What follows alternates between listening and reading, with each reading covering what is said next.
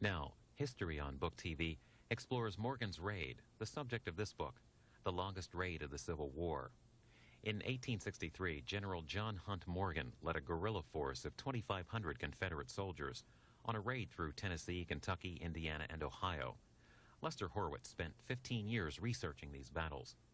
He also chaired an exhibit on the raid at the Greater Loveland Historical Museum just outside of Cincinnati, Ohio. His book includes battlefield maps, photographs, and over 300 personal stories from the raid. Mr. Horwitz spoke at a bookstore in Louisville, Kentucky for this hour-long presentation. Good afternoon. I'm Bill Schutze, and I'm one of the co-owners of Holly Cook Booksellers, and I want to welcome, for the first time ever, C-SPAN Book TV to Holly Cook Booksellers in Louisville, Kentucky. A brief history about Holly Cook, if I may, please. Holly Cook was founded in 1978 by two couples, Graham and Martha Neal Cook, and Audrey and William Schutze. We are still the owners of this store, these stores. We have 3 in Louisville now, and we believe that we are one of America's finest independent bookstores. It is a great pleasure today to have with us Les Horwitz, the author of the new book on the Civil War, The Longest Raid of the Civil War. Mr. Horwitz is an advertising executive in Cincinnati, Ohio, and about 20 years ago, he and his wife bought a house that had been visited, if you will, by John Hunt Morgan and his raiders. John Hunt Morgan, of course, was one of the Confederate generals that made the deepest inroads into the North during the Civil War. Well, Mr. Horwitz and his wife became fascinated with John Hunt Morgan and his raiders, and over the next 20 years, he spent an incredible amount of his time researching this man and the events around the raid. And the result is a 528-page, extremely detailed book about that raid.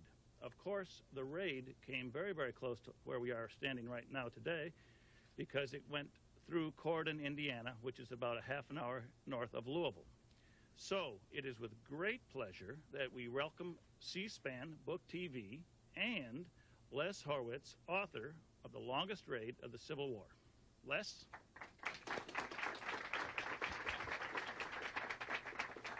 Thank you, Mr. Schutze, very much.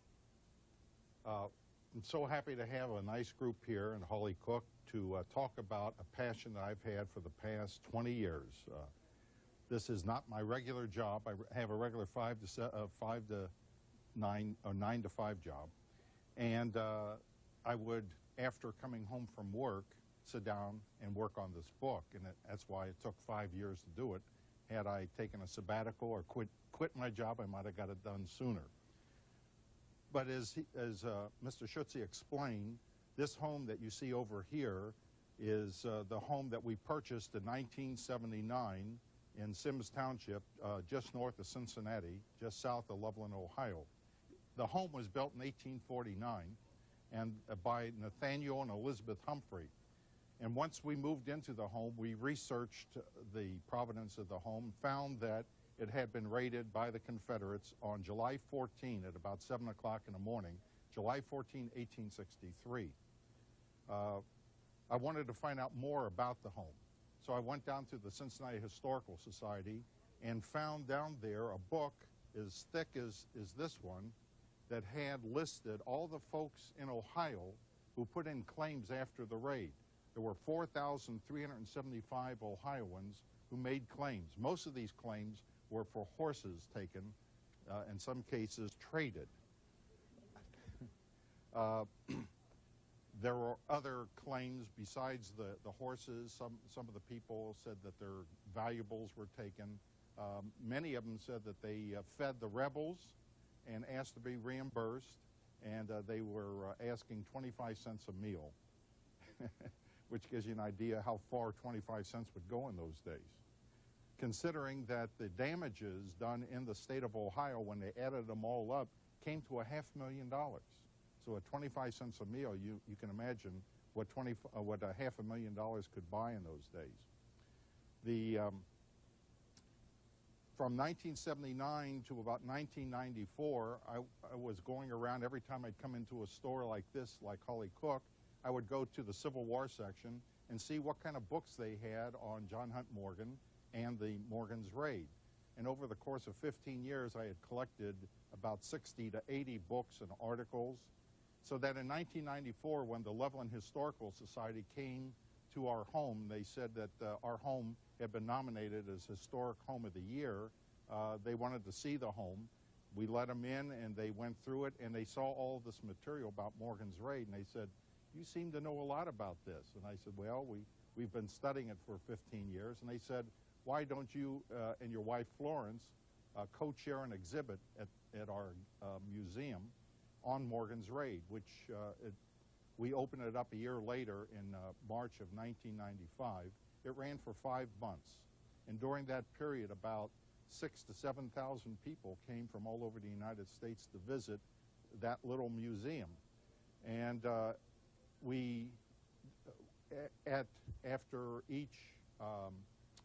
on each weekend, I would come over to the museum and give a lecture. And we would frequently have 30 or 40 people going through the museum, and we'd set up chairs like they have here, and I would just sit and tell them about Morgan's Raid. And invariably, after each lecture, people would come up to me and say, "I've got a story, a Morgan story to tell you." And sometimes they would hand me an old document or a letter that was written at the time of the raid and said, "This has been handed down our family." Sometimes they brought photographs showing us various people from that period. So I started to collect all these things, and in the state of Ohio, there are 25 counties that Morgan's men went through. So I set up to organize this. I set up 25 envelopes, and every time I got material from people, I put it into the right envelope to keep it organized. But then I started to see some envelopes are filling up and others didn't have a story in there at all. And I thought, well, Morgan didn't go through that county and nothing happened. There has to be a story in that county. So what I did is I sent letters to the editor to all, if you look here at where they went through Ohio, virtually hundreds of towns and villages. So I found a list of all the newspapers that were in those cities and towns, and I sent my letter to the editor, which said that if your family had been affected by the raid, or if the home that you live in had been raided, send me the information, documentation. And over the course of the next 3-4 years, I received literally 400 or 500 letters. And not all of them were authentic, but I wanted to make sure that the ones that I kept were correct. So it took me about almost 4 years to put together Ohio. And at that point, my wife said, "Why don't you publish the book now?" And I said, "Well, wait a minute." I said, "Morgan's Raid didn't start here at the Ohio border. It went all the way through Indiana and through Kentucky." And I said, "I have to find out what happened there." She says, "If you do that, you'll never get this book published." I said, "Look, you just can't do half a story." So I said, "If it takes a couple more years, that's what we're going to do." So I did the same routine, sent the letters to the editor, to all the Indiana places, and again, started to get stories. Now, at that point, I was lucky in meeting a gentleman, Samuel Flora, from the Morgan's Men Association. And he came up to one of my lectures, and after the lecture was over, he was commander-in-chief of the Morgan's Men Association, who are the descendants of the men who rode with Morgan. Today, there are about 400 members in that group. They're headquartered in Lexington. So he came up after a lecture, and he says, "You know, you talk pretty good for a Yankee." And with that, he says, "We'd like to make you an honorary member of the Morgan's Men Association." And he put this pin on me, and I'm very proud to wear it.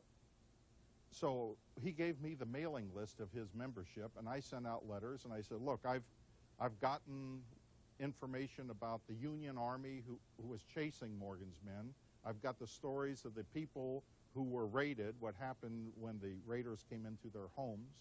I'd like to find out what the Confederate raiders were thinking. You know, what was on their mind when they went on this raid." So I started to get dozens and dozens of letters. Now, one of the books that I had purchased was written by Basil Duke, who was second in command on Morgan's raid. Now, Basil Duke was also his brother-in-law. John Hunt Morgan, let me show you, before I go on with that, before I put this down, I just wanted to show you this map up here. That map is 22 feet long, 6 feet high, and it represents Hamilton County and Claremont County in Ohio. Our home is right in the middle, right here on the Little Miami River. And what I did is I got hold of a map from 1869, and I enlarged it, and the same thing, a map from Claremont County from 1870, enlarged it, and I pieced it together, and I was able to read the names of all the homeowners from that period, and that's around the Civil War period. So that I took that list that I had of people who made claims, and for the next 6-7 months with my magnifying glass, I studied that map and I looked on the list, and when I found that person's name, I just made a red dot. And after putting in several hundred claims there, I was able to see exactly where Morgan's men went through Hamilton and Claremont County. And I noticed that they would go down roads. They didn't cross through fields. They went down roads. And the reason they did is that in addition to the thousands of men that Morgan had, he had actually, when he started the raid, down here crossing the Cumberland River into Kentucky, he had 2,500 men. But he also had 4 cannon, 2 howitzer, and 2 parrots. Now the parrot was an unusual weapon in those days because the barrel was grooved, and that allowed the shell, as it came out, to put a spin on the shell, made it very accurate. Thomas Fugate from the Kentucky History Military Museum told me that you could hit a door a mile away. It was that accurate. So Morgan had 2 of the parrots and 2 of the howitzers. And so when you have these heavy guns, I mean, these are not little guns, they're huge, and there's like 9 men on each gun. And they had to stay on roads with those guns. They can't drag them through cornfields. So I was able to see that. As I charted the various claims, I could see that they were sticking to roads. But the men would go off into a mile or 2 in either direction. And the reason why, here you have several thousand men, they're getting hungry every day. They got to eat a meal, got to eat a couple meals a day. So 2,000 fellows couldn't show up at one farmhouse and say, you know, you have anything to eat? So they all went out in different directions and looking for food. And that's why a lot of the farmers try to put in claims for feeding what they said, quote, the rebels.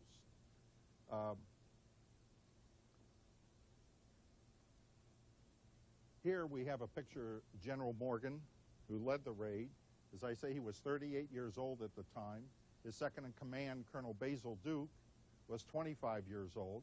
Most of the men that followed Morgan on this raid were young. They were in their late teens or early 20s.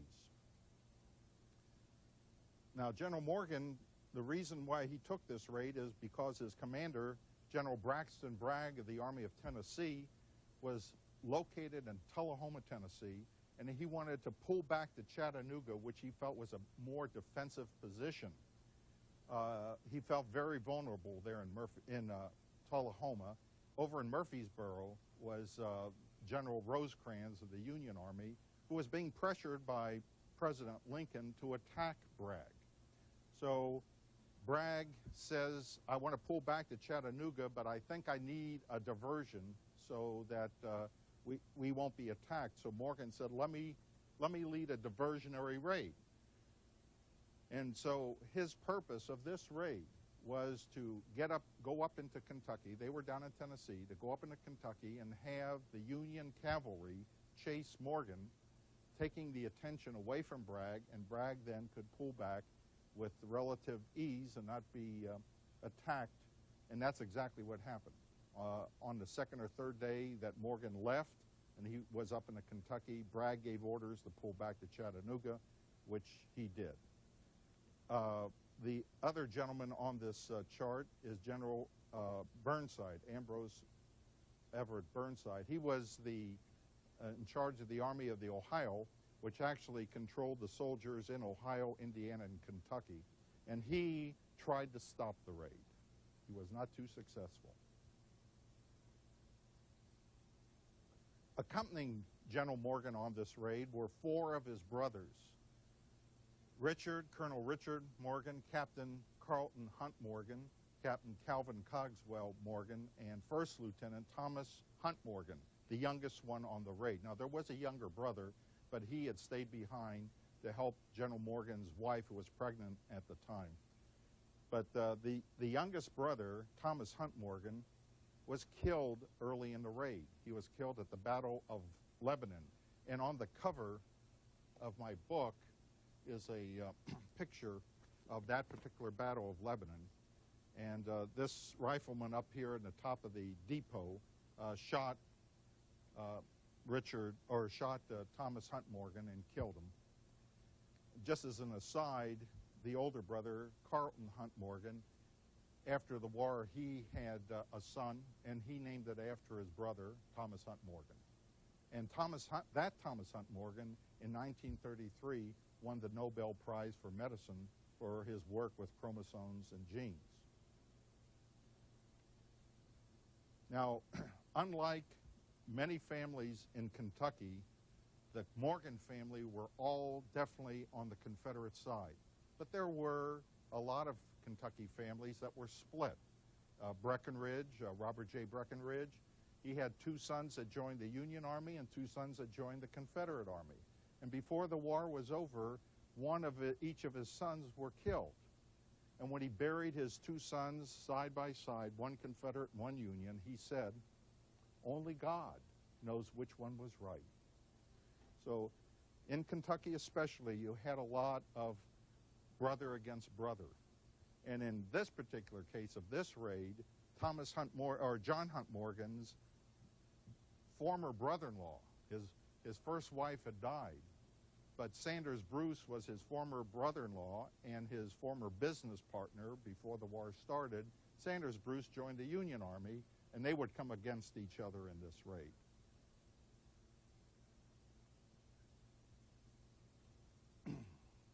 Now, in 1863, Louisville was a very thriving town. In fact, would you believe that it was over 4 times larger than Atlanta, Georgia? Louisville had 90,000 people, and Atlanta had 20,000 people in 1863. Now, coming up, one of the first battles they encountered was here at Tebbs Bend at Green River, and defending the Green River Bridge was Colonel Orlando Moore of the 25th Michigan. And he had worked out the defenses, forcing the Confederates to go into a little narrow gap before they could get to them. And by doing that, Colonel Moore, with only 250 men, was able to successfully fight off Morgan's 2,500 men, 10-to-1 ratio. He worked out such great defenses that after an hour or two of fighting, Morgan finally said, "I'm losing too many of my good men. That bridge isn't worth it." So he stopped and he told his men, "Let's just go around this guy." And he sent a letter back to Colonel Moore. He says, "If you had been in the Confederate Army, we would have made you a general." Now, going further up, they came to Lebanon, where General Morgan came up against his former brother-in-law, and it took a 7-hour battle before he was able to capture that force, the federal force in Lebanon, but not before he lost his brother. From there, they went up towards the Ohio River to Brandenburg, Kentucky, and General Morgan sent these two captains, Captain Taylor and Captain Merriweather of the 10th Kentucky, a day ahead, to capture some boats to transfer his men across the river. Now, this was going against orders. General Bragg had told them, it's fine to go up to Kentucky. Go up there and capture Louisville if you can, but don't cross that river. He says, you stay in Kentucky and then come on back down to Chattanooga, but don't cross that river. Well, you just don't tell a fellow like John Hunt Morgan, don't do something. He's going to do it. And he had sent these two captains ahead, and they captured 2 boats. Here's one of the boats they captured, the Alice Dean. The other one was a J.T. McCombs.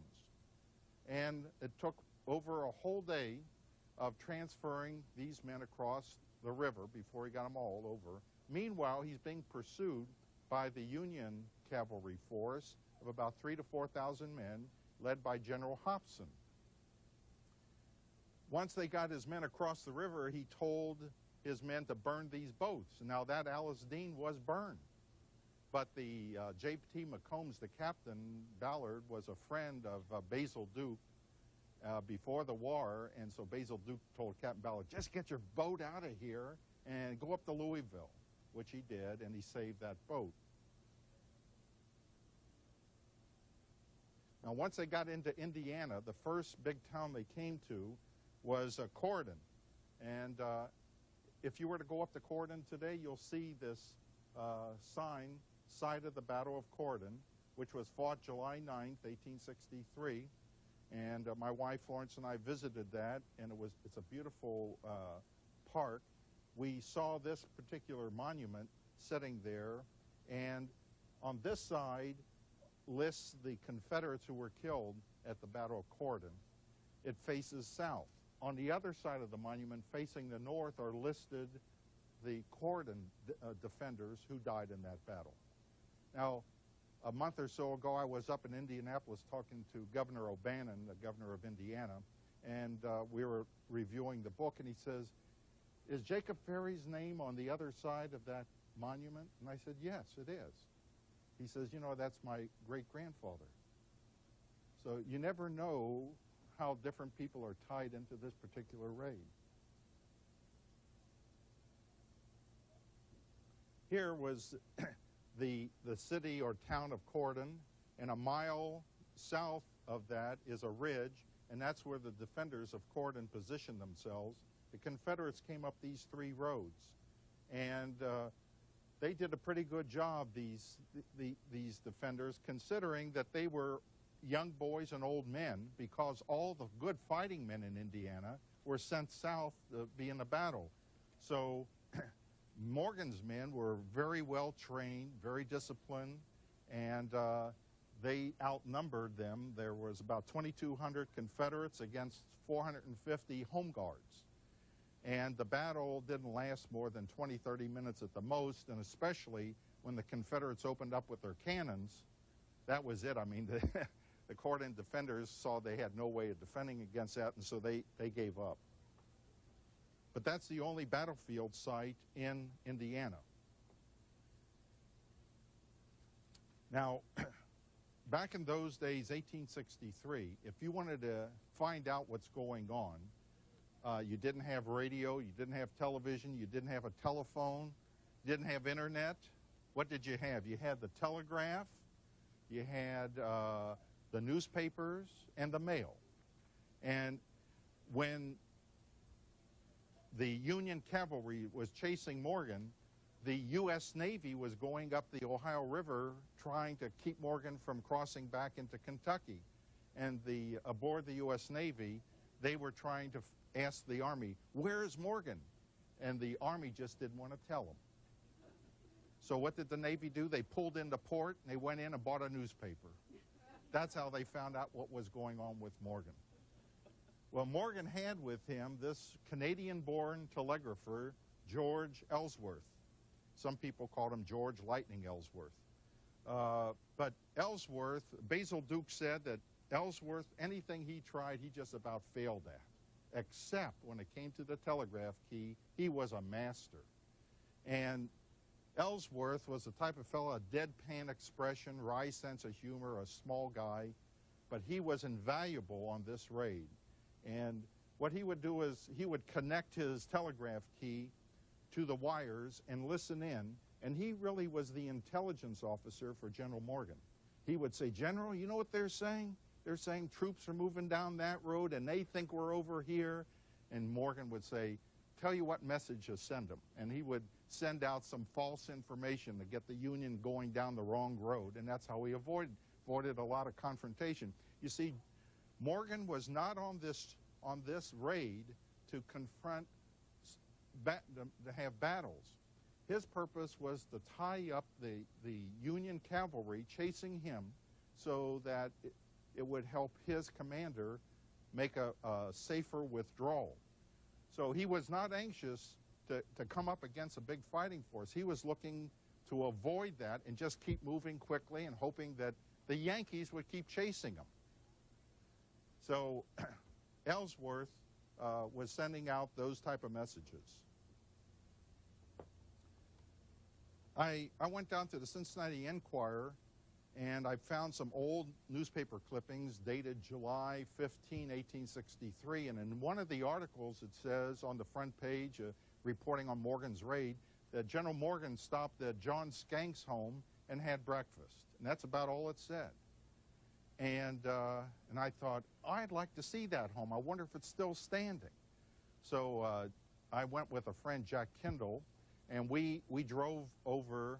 I took that map that I had showed you that I made, and I went through that area that I thought would be where he had stopped for breakfast, and we found a street called Skank Avenue. And I thought, gee, if it's called Skank Avenue and I'm looking for the home of John Skank, I'm getting close. So we drove up and down Skank Avenue, and I picked out this home, and I said to Jack, you know, I think that home is old enough to be from the Civil War. So I went up to the door, and I knocked on the door, and this elderly lady opened the door, and she looked at me quizzically like, who are you? And I said to her, I'm writing the history of Morgan's raid, and I wonder, was this the home of John Skank? And a big smile came over her face. She opened up the door, and she says, come on in. Well, we went in, sat down in the living room. She says, excuse me for a moment. She came back with a big cardboard box, and as she opened it up and started to hand me these yellowed newspaper articles, she said, I've been waiting for you for years. And I'll tell you, the goosebumps just came out on me. I looked at Jack and I said, wow. Well, she gave me the name of a Skank relative of a Skank descendant in California, and I was able to get more information. She herself was not a Skank descendant. She owned the home that John Skank had lived in during the Civil War, and a year later, she died. Now, if I hadn't gone up that time and knocked on that door and seen that lady, all that information would have gone somewhere into oblivion. But thank goodness I did go up and meet Helen Ward. Now, further along in Cincinnati and the suburbs is Montgomery. And if you're familiar with Montgomery Road there's this old home that had been owned by Nicholas Todd. And now, Nicholas Todd had 4 coach horses, a beautiful coach, and Morgan's men went in there and they took those horses and the coach, and they left behind 2 tired horses, 2 jaded horses. And Nicholas Todd put in a claim to the state of Ohio and got reimbursed for those 4 horses. He didn't mention, though, that Morgan's men had left behind these 2 tired horses, which when they got well, his children, his sons, got on the horses, and they found these were very fast horses. Well, they turned out to be Kentucky thoroughbreds. And they started to enter them in races, and they start winning all kinds of money and prizes. And the kids got so excited, they said to their dad, we don't want to farm corn anymore, we want to raise racehorses. So that's what they did. They built a racing stable behind the house, and for the next 3 generations, the Todd family were in the horse breeding and racing business. That's how this raid changed that particular family's future.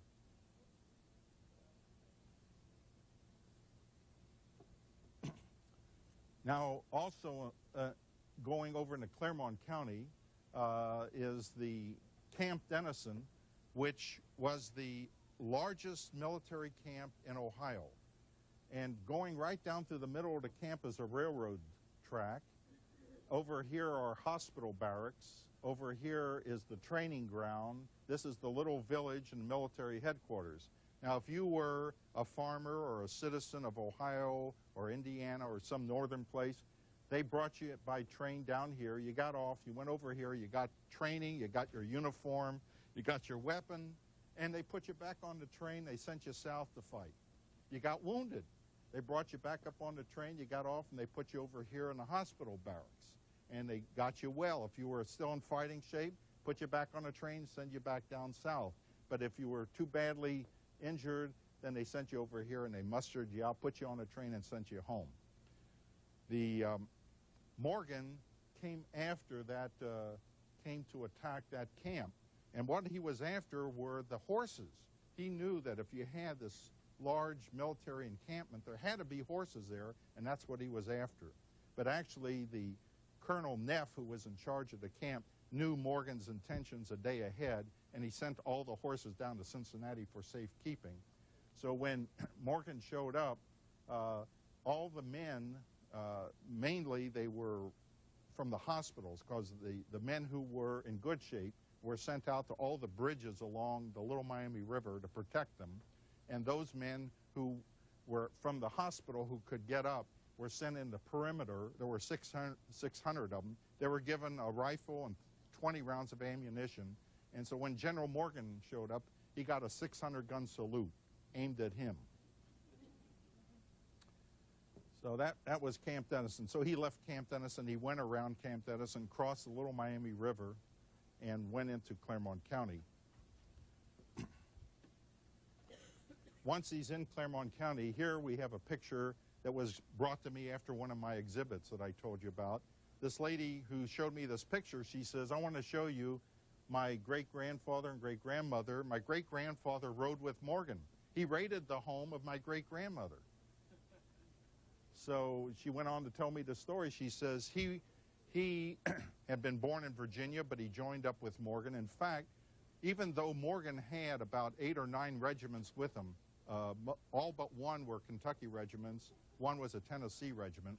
But just because they were Kentucky regiments didn't mean that they were all Kentuckians. In fact, there were several hundred Texans who came up as the war broke out, and they joined Morgan's Kentucky regiments. But this particular fellow was John Anderson, and he and his friend came up to the house of this lady, Catherine Deerwester. She was just a young, beautiful lady at that time. And they said to her, we're hungry. Could you make us a meal?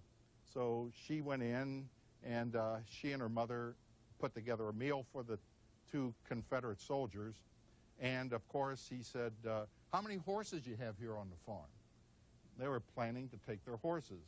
But as he was eating the meal and looking at her, his mind was no longer on horses. And by the time the meal was over, he got up and he said, you know, after this war, I'm going to come back and marry you. And he did. And they had 4 children, and those children had children, and one of them came to give me the family photo. So I said, oh, wonderful, let's go up to my map, that map I showed you. I said, let's look and see where that claim is. And we went and looked on Belfast Road at the Deerwester farm, and there was no red dot. So I started to doubt her story. She said, I said, you know, they didn't put in a claim. With that, she put her hands on her hips, and she says, now what kind of impression was he going to make on his future father-in-law if he stole his horses?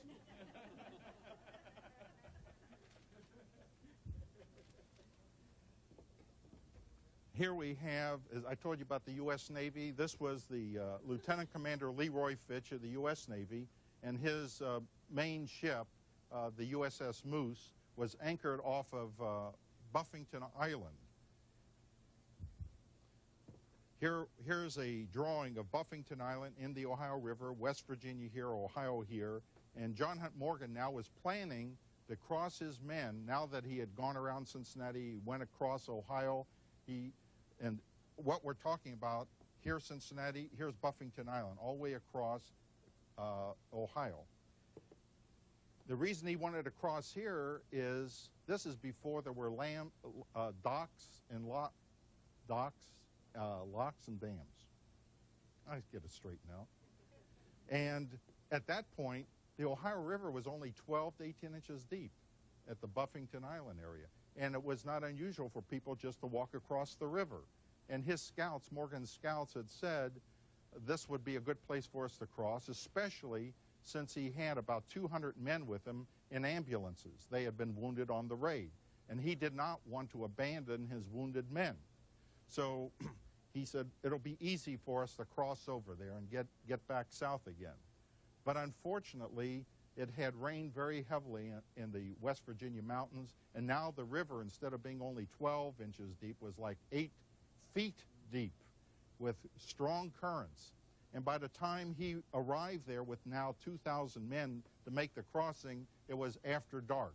And he was just afraid to try crossing at night, especially since he was told that there was a heavy encampment of hundreds of Union soldiers who had come down from Marietta to stop his crossing. And so he says, let's wait until morning, till light. We'll attack that fort, those Union soldiers there, and then we'll get across. But that difference of 5, 6, 7 hours that they waited allowed the Union troops who had been pursuing them from Cumberland River in Kentucky finally able to catch up. So now the Union troops under General Hobson were coming down the road from Chester, Ohio. The troops under General Judah were coming up the road from Pomeroy, Ohio. There were 4,000 Union cavalry here, 4,000 Union cavalry here, 2,000 Confederate cavalry there. So on the morning of Sunday, July 19, there were 10,000 men fighting. Now that's a major battle. That's the only battle of that significance in the state of Ohio. What happened is that 700 of the Confederates were captured, 57 of the Confederates were killed and buried there in unmarked graves, and General Morgan was able to extract about 1,000 of his men, and they went north, going up this way. Now, what's interesting about history is here I am in 130 some years after the event, and I'm sitting down to write it. And you would think, well, how do I know what to write? I mean, I wasn't there, and yet when I looked at Basil Duke's book that was written and published in 1867, and Basil Duke was on the raid, he was second in command.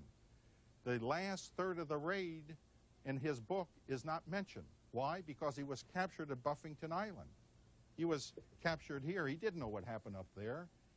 After the war, he asked the men who rode with him, tell me the stories. Tell me what happened to you fellas after I got captured and put in prison. None of the fellas responded, except one, Lieutenant Meade Woodson. And in Basil Duke's book, in the preface, he thanked Woodson for sending him information, and he said he was really sorry that the other men had not responded.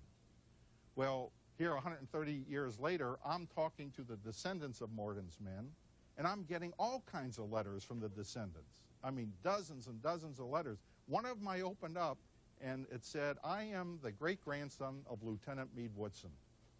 And I wrote back to him, and I says, it's in your genes.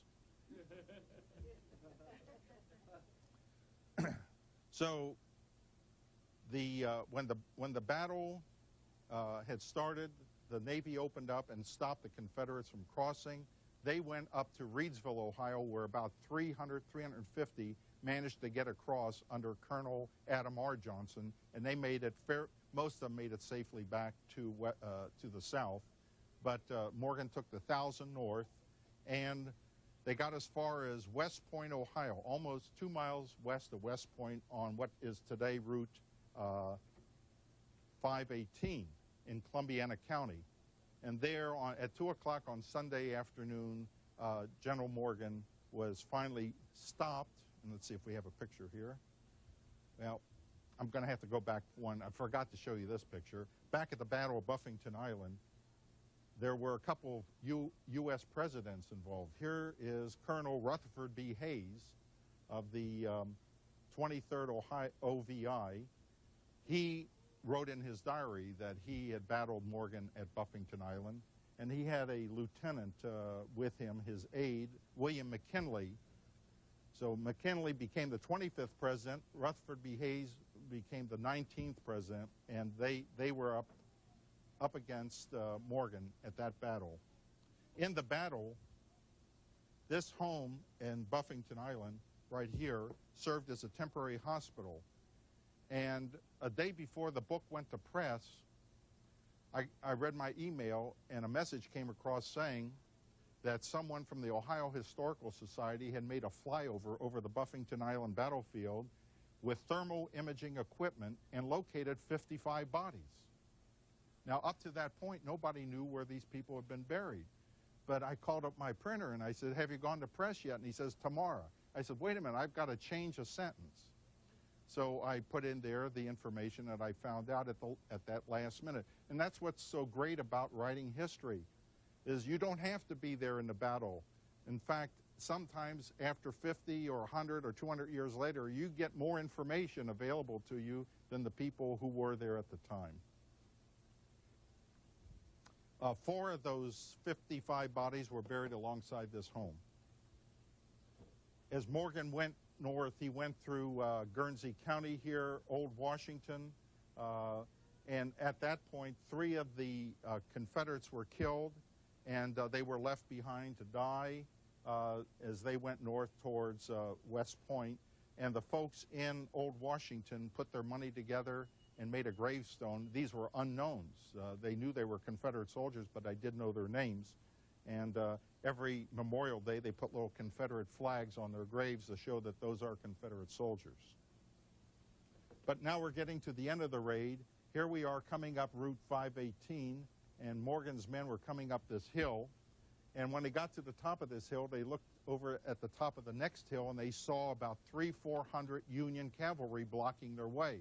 Well, Morgan now, his men are really dog-tired. Try riding a horse 1,000 miles, and you get some idea how tired they were. The horses got tired. In fact, the horses got so tired they had to go through 15,000 horses before they got to this spot. And the man leading the Union Army at that point was Major George Washington Rue, who's pictured here in 1910, 50 years after the raid. And but he and his men stopped Morgan and negotiated a surrender. This stone, which is shown here, is still there today, marking the spot. Morgan was sent down to Wellsville, Ohio, to that hotel, the Whitaker House. Eventually was put on a train, taken down to Cincinnati, and then from there sent up to Columbus, Ohio, put into the Ohio Penitentiary. And he wanted to get out of the penitentiary and go back because he knew his wife was pregnant, and he wanted to be with her. So on the night of November 27th of 1863, he and 6 of his captains got out of the prison. They scaled over the wall, and they went down to the railroad station and bought some tickets to take the train from Columbus down to Cincinnati. General Morgan had read this ad here in the Columbus newspaper, which he bribed one of the guards to get that paper. And that ad says that the train leaves at 1:25 in the morning. So he and one of his captains, Thomas Henry Hines, got on the train. Well, Hines went and sat down, and he expected General Morgan to sit down next to him. Now, you got to remember, these fellows were military prisoners of war. They were not common criminals, so that the warden at Ohio Penitentiary did not require them to wear the convict stripes. They were allowed to wear whatever clothes they wanted. Their families sent them clothes. They sent them money to buy things. They sent them food. So General Morgan put on a business suit, and now he's on the train. He gets on. Instead of sitting down next to Captain Hines, he goes over and sits down next to a Union officer. I mean, he's got gall. He's got guts. And he starts talking to him about business. And by the time the train pulled out of the station, they were sharing a bottle of peach brandy. And the train went right by the prison. And the Union officer leaned over to Morgan and said, "You know, they got General Morgan in there safe and sound." Morgan says, "I hope he's always as safe and sound as he is now." The next day, they put out this poster, a $1,000 reward for the capture of General Morgan. Finally, he returned to Richmond. He made a successful return to the capital of the Confederacy, where they gave him a new command. Now, his former commander, Braxton Bragg, didn't want him to get a new command. He wanted to court-martial him for disobeying orders and crossing the Ohio into the north. So he told President Jefferson Davis, "Court-martial that guy. He went against my orders." And Davis says, "I'm not going to court-martial him. The South needs generals like Morgan. I'm going to make him a major general." And he gave him a new command. Well, the new command led him on a mission to Knoxville. And on his way to Knoxville, he stopped off at this little town called Greenville, Tennessee. And General Morgan, having been raised as an aristocrat by his grandfather, who was Kentucky's first millionaire, preferred the feather beds, the sleeping out in the tents. So he went over and stayed at this beautiful Wims mansion there in Greenville, and his men were a couple miles down the road in their tents. And this permitted the Union Army, when they got word where Morgan was sleeping, they snuck up to the house, and in the morning they charged the house, awoke Morgan. He came down the steps, and he got out into the grape arbor area, and there he was with two of his men, and Private Campbell told them to put up their hands. Well, his two men put up their hands and surrendered. General Morgan didn't want to surrender. He didn't want to get locked up again in prison. He wanted to go to his wife, who was pregnant with his child. He had no children at this point. So he turned around and he started to run away. And Private Campbell yelled out, "Stop or I'll shoot." And he didn't stop, and they shot him in the back and killed him. And this is where he is buried in Lexington, Kentucky. And his date of death was September 4th. He was born June 1st, 1825, so he died at the age of 39. Buried right next to him is his younger brother, Thomas Hunt Morgan, who was killed on this raid.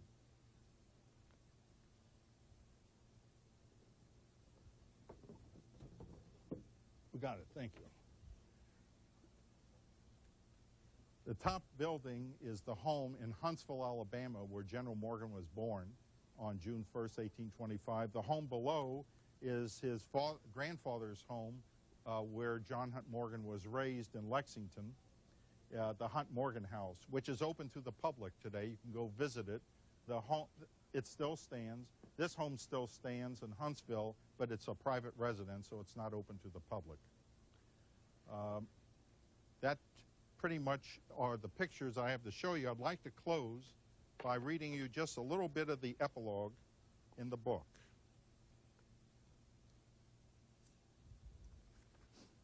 Ohio and Indiana can well be grateful to John Hunt Morgan. He left behind some of the best thoroughbred stock, jaded though they were. Had it not been for the audacity of that colorful Confederate cavalry commander, the Hoosier and Buckeye states would have no Civil War battlefield to commemorate Corydon and Buffington Island. Columbiana County, Ohio would not have the honor of being the high water mark of the Confederacy penetration into the North. The Ohio Penitentiary in Columbus would have been denied one of its great mysteries and tourist attractions, and countless present-day Ohioans and Hoosiers would have been deprived of the opportunity to boast of ancestral beds occupied by Morgan. In my research, I found more people who claimed that he ate in their home, held their children, and slept in their beds in 2.5 weeks that he was in Indiana and Ohio than all the homes that George Washington was supposed to have slept in during the entire American Revolution. More than 6,570 Ohioans and Hoosiers went on record as having had Morgan pay them a house call. Thank you.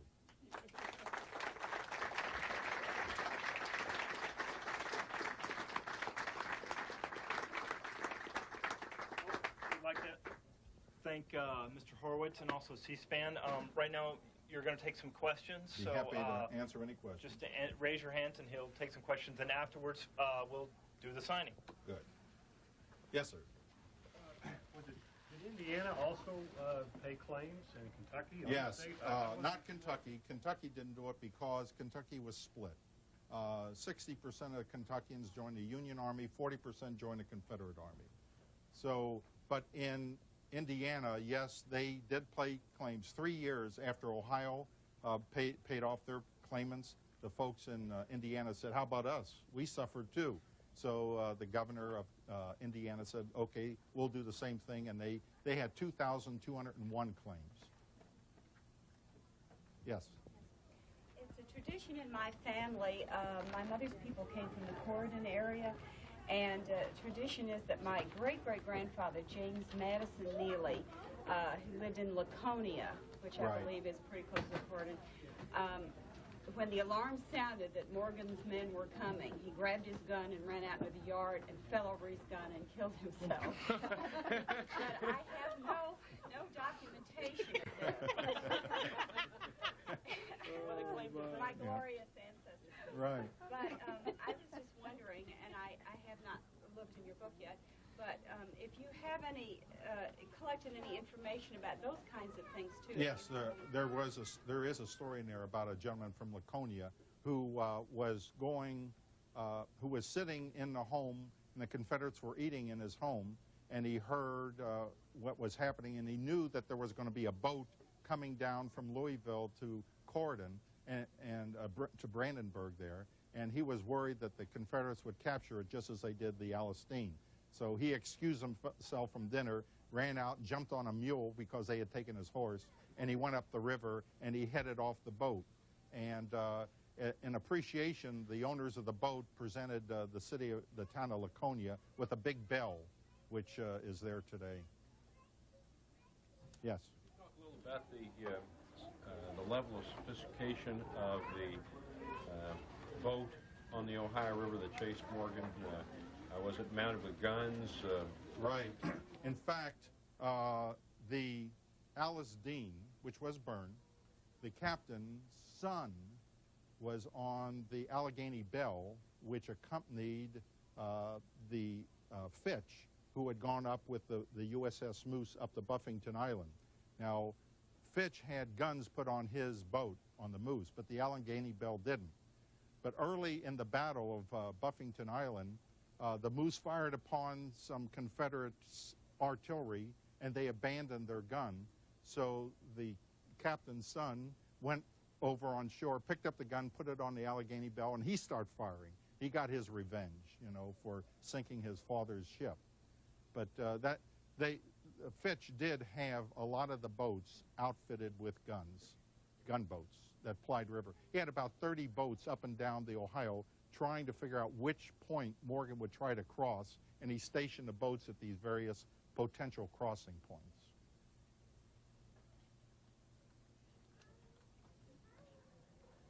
Sure. Yes? Like you were saying, the brothers would go on one side, the other brother would go this way. That happened in my family. My great-grandfather, he was one of the Minutemen. His name was John Clark. John Clark. And now you say that's your father. Your great-grandfather, okay. And his brothers, some went to the Confederacy and some went to the Union, right?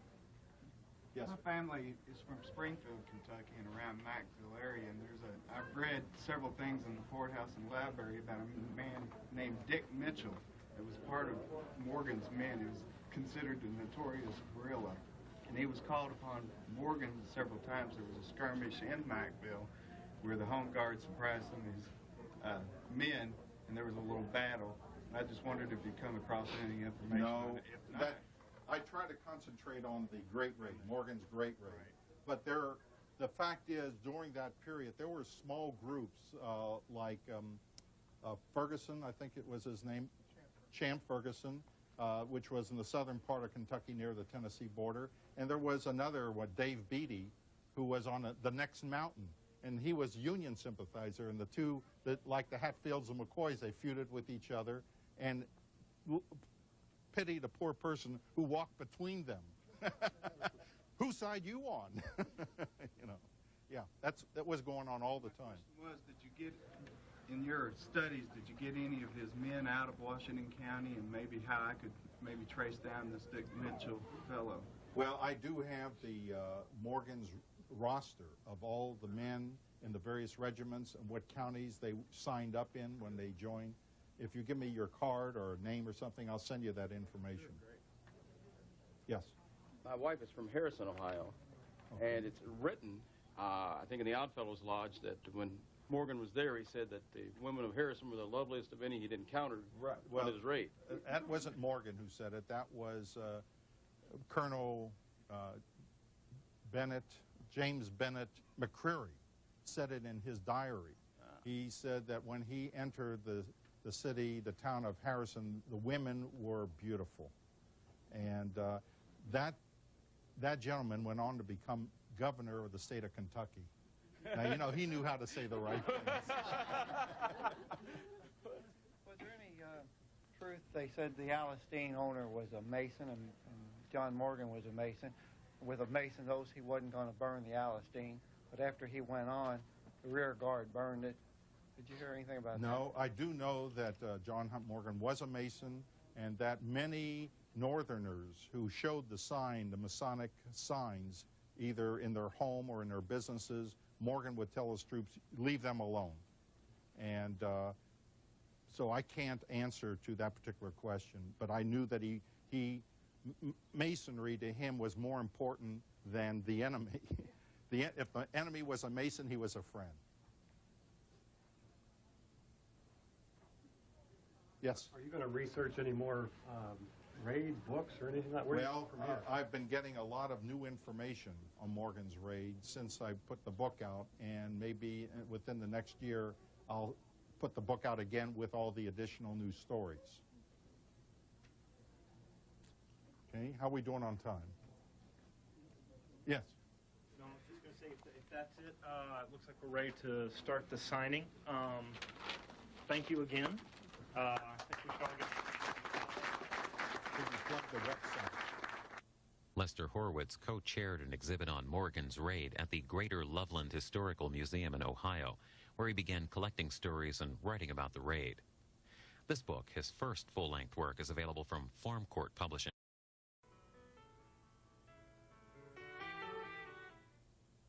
Now, History on Book TV explores Morgan's raid, the subject of this book, the longest raid of the Civil War. In 1863, General John Hunt Morgan led a guerrilla force of 2,500 Confederate soldiers on a raid through Tennessee, Kentucky, Indiana, and Ohio. Lester Horwitz spent 15 years researching these battles. He also chaired an exhibit on the raid at the Greater Loveland Historical Museum just outside of Cincinnati, Ohio. His book includes battlefield maps, photographs, and over 300 personal stories from the raid. Mr. Horwitz spoke at a bookstore in Louisville, Kentucky for this hour-long presentation. Good afternoon. I'm Bill Schutze, and I'm one of the co-owners of Holly Cook Booksellers, and I want to welcome, for the first time ever, C-SPAN Book TV to Holly Cook Booksellers in Louisville, Kentucky. A brief history about Holly Cook, if I may, please. Holly Cook was founded in 1978 by two couples, Graham and Martha Neal Cook, and Audrey and William Schutze. We are still the owners of these stores. We have 3 in Louisville now, and we believe that we are one of America's finest independent bookstores. It is a great pleasure today to have with us Les Horwitz, the author of the new book on the Civil War, The Longest Raid of the Civil War. Mr. Horwitz is an advertising executive in Cincinnati, Ohio, and about 20 years ago, he and his wife bought a house that had been visited, if you will, by John Hunt Morgan and his raiders. John Hunt Morgan, of course, was one of the Confederate generals that made the deepest inroads into the North during the Civil War. Well, Mr. Horwitz and his wife became fascinated with John Hunt Morgan and his raiders, and over the next 20 years, he spent an incredible amount of his time researching this man and the events around the raid. And the result is a 528-page, extremely detailed book about that raid. Of course, the raid came very, very close to where we are standing right now today, because it went through Corydon, Indiana, which is about a half an hour north of Louisville. So it is with great pleasure. $1 could buy in those days. From 1979 to about 1994, I was going around. Every time I'd come into a store like this, like Holly Cook, I would go to the Civil War section and see what kind of books they had on John Hunt Morgan and the Morgan's raid. And over the course of 15 years, I had collected about 60 to 80 books and articles, so that in 1994, when the Loveland Historical Society came to our home, they said that our home had been nominated as Historic Home of the Year. They wanted to see the home.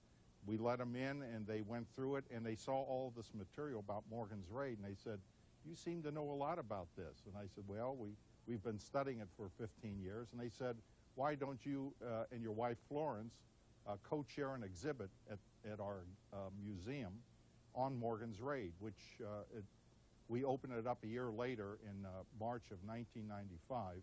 It ran for 5 months. And during that period, about 6,000 to 7,000 people came from all over the United States to visit that little museum. And on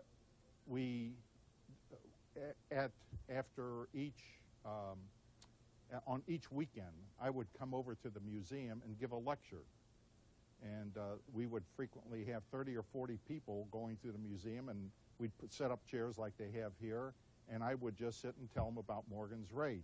And invariably, after each lecture, people would come up to me and say, I've got a story, a Morgan story to tell you. And sometimes they would hand me an old document or a letter that was written at the time of the raid and said, this has been handed down in our family. Sometimes they brought photographs showing us various people from that period. So I started to collect all these things, and in the state of Ohio, there are 25 counties that Morgan's men went through. So I set up to organize this, I set up 25 envelopes, and every time I got material from people, I put it into the right envelope to keep it organized.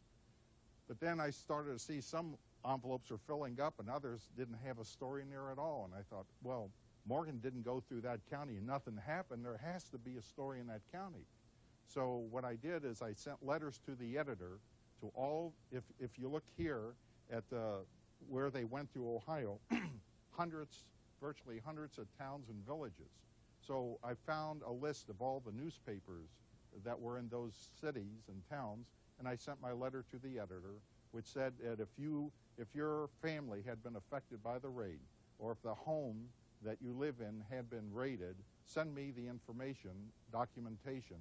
And over the course of the next 3-4 years, I received literally 400 or 500 letters. And not all of them were authentic, but I wanted to make sure that the ones that I kept were correct. So it took me about almost 4 years to put together Ohio. And at that point, my wife said, why don't you publish the book now? And I said, well, wait a minute. I said, Morgan's raid didn't start here at the Ohio border. It went all the way through Indiana and through Kentucky. And I said, I have to find out what happened there. She says, if you do that, you'll never get this book published. I said, look, you just can't do half a story. So I said, if it takes a couple more years, that's what we're going to do. So I did the same routine, sent the letters to the editor, to all the Indiana places, and again, started to get stories. Now, at that point, I was lucky in meeting a gentleman, Samuel Flora, from the Morgan's Men Association. And he came up to one of my lectures, and after the lecture was over, he was commander-in-chief of the Morgan's Men Association, who are the descendants of the men who rode with Morgan. Today, there are about 400 members in that group. They're headquartered in Lexington. So he came up after a lecture, and he says, you know, you talk pretty good for a Yankee. And with that, he says, we'd like to make you an honorary member of the Morgan's Men Association, and he put this pin on me. And I'm very proud to wear it. So he gave me the mailing list of his membership, and I sent out letters, and I said, look, I've gotten information about the Union Army who was chasing Morgan's men. I've got the stories of the people who were raided, what happened when the raiders came into their homes. I'd like to find out what the Confederate raiders were thinking. You know, what was on their mind when they went on this raid. So I started to get dozens and dozens of letters. Now, one of the books that I had purchased was written by Basil Duke, who was second in command on Morgan's raid. Now, Basil Duke was also his brother-in-law. John Hunt Morgan, let me show you, before I go on with that, before I put this down, I just wanted to show you this map up here. That map is 22 feet long, 6 feet high, and it represents Hamilton County and Claremont County in Ohio. Our home is right in the middle, right here on the Little Miami River. And what I did is I got hold of a map from 1869, and I enlarged it, and the same thing, a map from Claremont County from 1870, enlarged it, and I pieced it together, and I was able to read the names of all the homeowners from that period, and that's around the Civil War period. So that I took that list that I had of people who made claims, and for the next 6-7 months with my magnifying glass, I studied that map and I looked on the list, and when I found that person's name, I just made a red dot. And after putting in several hundred claims there, I was able to see exactly where Morgan's men went through Hamilton and Claremont County. And I noticed that they would go down roads. They didn't cross through fields. They went down roads. And the reason they did is that in addition to the thousands of men that Morgan had, he had actually, when he started the raid, down here crossing the Cumberland River into Kentucky, he had 2,500 men. But he also had 4 cannon, 2 howitzer and 2 parrots. Now the parrot was an unusual weapon in those days because the barrel was grooved, and that allowed the shell, as it came out, to put a spin on the shell, made it very accurate. Thomas Fugate from the Kentucky Military Museum told me that you could hit a door a mile away. That we welcome C-SPAN Book TV and Les Horowitz, author of The Longest Raid of the Civil War. Les?